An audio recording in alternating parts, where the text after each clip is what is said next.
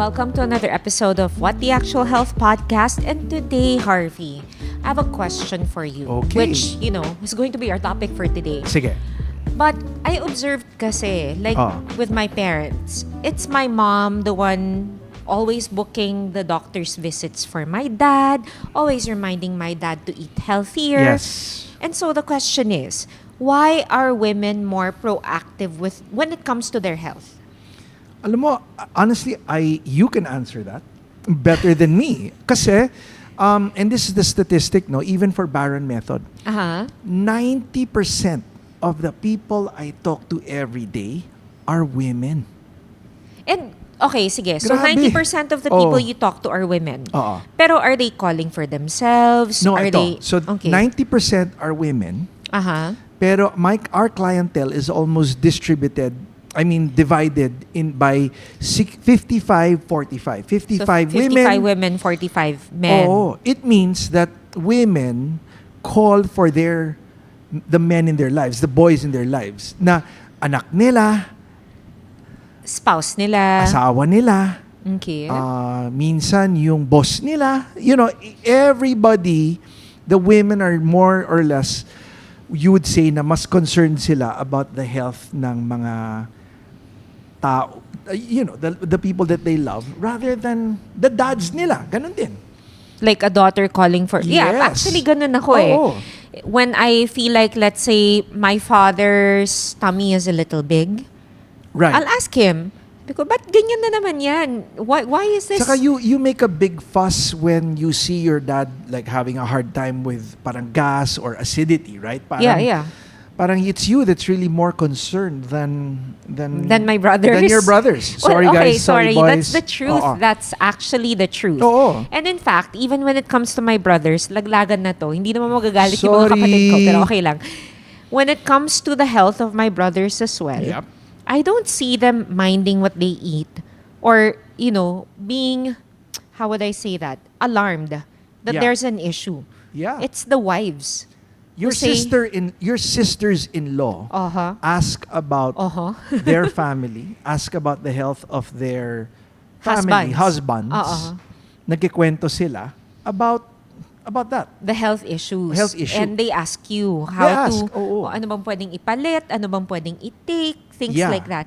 So why is it nga like that? I mean, is it genetic wiring that women are just, more caring, more nurturing? Ganun ba Genetic siya? ba? Parang ang hindi genetic eh. Parang it's more gender-based. So parang it's the expectation on gender-assigned roles na a woman is supposed to be the nurturing one, the one taking care of the family, the one looking after I think the men in their lives. I Ganun think ba? it stems from the invincibility Feeling of invincibility. coming from the area in time in their lives na invincible. Wala naman nangyari eh. Maski mataas ang sugar ko, okay pa naman ako eh. Malayo naman yan sa Malayo bituka. naman sa bituka eh. So maraming ganung Yes. mga things eh, right? That's true. Oo. So yun, na feeling ng mga lalaki, they're invincible. A little So when they feel something, they tend to, sweep it under the rug, ignore it until it's Explodes. absolutely... Yeah. You know when a man calls Barron method, 70% client sila kaagad. Kasi, bakit? Sige nga, kasi... Because they are already na very worried. They are Okay. already willing to do what needs to be done for them to just say, I want to get better na.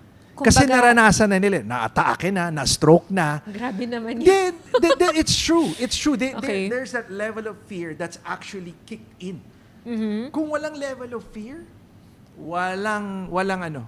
that level of invincibility is still there. So why is that hardwired into a man na ganun? I don't know. Nakakalalaki ba to admit na may nararamdaman kayo, may sakit kayo? Yun ba yun? Sorry, I'm not anti-men. I mean, hello, I'm married. Yeah, no. I think you're. But, I think you're just wanting to know how a man thinks, diba? Yeah. Parang, or how Yun men ba? are Na always. pag nag-complain ka na masakit ang ulo mo or nagsabi ka na, shucks, parang sinisikmura ako or parang may masakit sa akin. Nakakalalaki ba yun? Kadalasan Ganun nga ba? ang men hindi nagsasalita eh.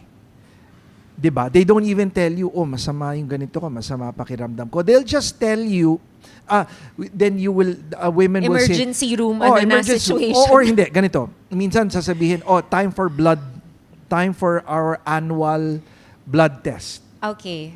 Your Right? annual health And check. guess who books the blood test 90% of the time? It's the women It's in the their women. lives. Oo. So the women book, and then makikita yung blood results ng lalaki, and then sorry for the lack of a better word, ladies, but the nagging kicks in. Yes. Di ba? The nagging, because we are so panicked. Worried. We are so worried. Na slightly elevated ang blood sugar, or mataas ang blood Cholesterol. pressure, or cholesterol, Yes. uric acid, fatty liver, di ba? Mataas ang creatinine, or na-hurt yung kidney function. Nag-worry kayo. Sa lalaki, narinig lang nila, blah, blah, blah, blah, blah, blah, ganun blah, lang. blah. Kasi nga, again, borderline lang naman yan. Pwede naman ako mag-maintenance. Yun yung iniisip siguro. Yeah. Hindi maintenance. Malayo yan sa bituka. Without thinking that all of these... Malapit-lapit na. all of these lifestyle diseases Yeah. can create a shitstorm Yep. and can render them, Yeah. You can get hit by a stroke. You can get hit by over-medication. But again, wait. To clarify, this is observation based on the Philippines. Based on Filipinos. No. I don't think so. Hindi? I really Sige don't nga, think so. sige nga. Okay. I really don't think so. I think it's it's a human behavior where you're coming in where you've been through a lot in your early 20s. You take it into your 30s. You grew up in New Zealand. Yep. You grew up in New Zealand. Oo. You're still in touch with your friends Yep. from New Zealand. Oo. Is it the same thing for your friends na guys, their spouses nag them. Your friends na girls, they nag their spouse. They're concerned. You met some of my friends. I You did. one of my closest friends. Yeah. Her husband has had a lot of has had operations, has had health concerns, health conditions. The wife is the one worried about him, not him worried about himself. But yeah, I'm actually curious, guys. What's your take on this? Yeah. Na leave it in the comments. Bakit nga ganun ang hardwiring ng most men? Na hindi sila is it just because they don't show that they're worried? Is it because na, yun nga, nakakalaki to admit that you are feeling something and you're not invincible? Why? I Diba? really don't think it's yung about the nanlalalaki. Nakakalaki. Nanlalaki nanlalaki. is, guys, again, sorry for his Tagalog, medyo. It's not sa nanlalalaki o nakakalalaki, ha. It's not that. The overall feeling, I think, is that you're coming from invincibility, and you are already thinking of a lot of things. And the last thing you want to think about is addressing or taking care of your health issues. On the flip side, sige. Tsaka, sorry. Gusto nila yung normal lifestyle nila. Ayaw nilang baguhin. Wag mong tatanggalin yung fried chicken nila, yung mga burger nila. Yung chicharon nila, yung yung mga beer ganun nila. Ayaw all of nilang those. tanggalin mo yon. So yun yung problema. Pag tinanggal mo yon at tatapusin, quote-unquote, tatapusin mo na yung buhay nila. Grabe naman yung tatapusin ng Hindi, buhay. bakit Hindi tatapusin? naman. There is always people complaining na Actually, that's related to our past episode Oo. about Kawawa naman ako. Oo. We can link that here if you're interested to hear Definitely. about it. But yeah, no, I was gonna say, on the flip side, na another possibility. In the Philippines, we are, I would say, lalo na for the marginalized sector, the fathers will not say if may masakit na sa kanila, if may problema na, because they don't want to financially burden their families. I think that's also part of it. I think there are Diba? multiple things that are putting layers on top of layers. Definitely the financial burden is an issue. Then you factor in you see it in the news sometimes na, let's say, delivery person biglang just drops dead. Kasi yun nga, ang dami na palang nararamdaman. Hindi nagsasabi sa asawa, hindi nagsasabi sa mga anak. Kasi ayaw nga, ayaw sila kasi mag-alala. magpapadoktor ka. Oo eh. gastos kaagad, and then gamot, gastos, iniisip nila yung gagastosin nila sa sarili nila. Pero They're just gonna- ayaw din syempre ng mga lalaki na mag-alala yung babae. At the end of the day, that's also an issue.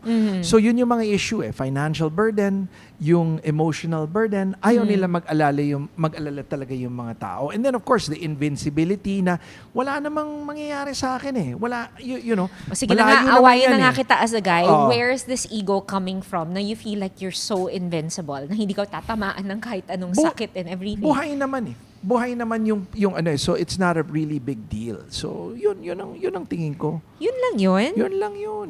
I find that impossible But yun nga, the trends, especially in the Barron Method Center, and you've told me this before Yeah. Kaya nga parang ako, I was thinking, why is it nga like that na most of the calls, most of the inquiries, most of the worry comes from a woman?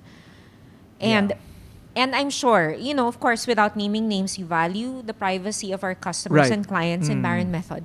I know that there are times pa that in a group or in a meeting, the spokesperson is still the woman in their lives. Definitely. And Definitely. talagang, they're so worried to the point of tears, and the guy is just very nonchalant. That's normal. Nonchalant. Normal talaga. That is very, very common.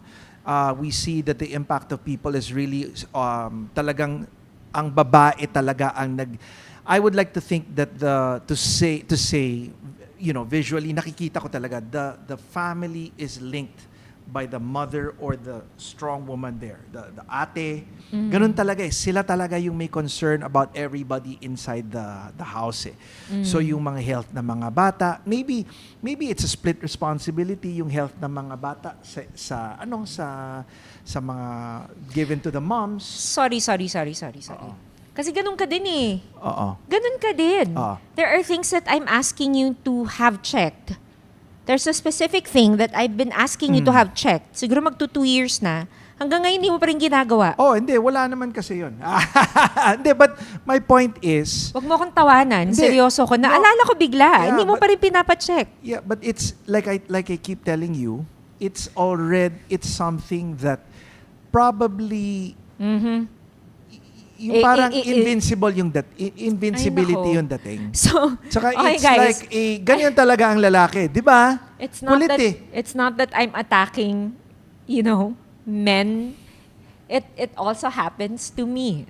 You're everything. like that also. I think the responsibility of that is parang Yun din kasi, I'm married to a guy na hindi mareklamo when it comes to his health. And so, my health is good. My numbers are really good. Yeah. But, hindi ka mareklamo. Period. So, pag ikaw, nagsabi na nahihilo ka or you feel a little, you feel something, you don't feel well. Yung pag sinabi mo sa akin, I don't feel well, I know it's like times 10 level of a normal person. A big issue. Kasi hindi ka naman normally ganun. Right. So, it's important for me to make sure that you guys are well. Important for any guy to always make sure that ang family niya is okay. Then you move forward after. Then you worry about the man always worries last about himself. But hopefully it's come to a point that as a man we're able to admit to ourselves na meron kaming shortcomings. Yeah. Meron kaming kailangan i-admit at i-accept that we've got to fix ourselves up.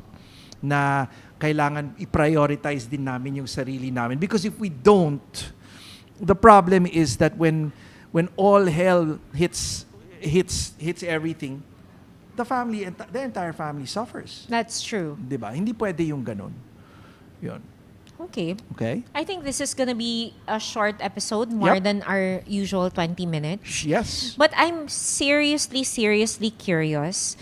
I hope that people would comment na, is it the same in your family unit na yung babae ang laging nagwo-worry, yung lalaki is very nonchalant when it comes to their health? Yeah. And then let's go from there. Tingnan I'm natin. interested Yeah, to let's see do a what part the comments. 2. Yeah. Oo, diba? Yeah, after we see the may comments. mga Q&A tayo. Yes. Okay. Hope you enjoyed that episode. See you guys next time. Bye!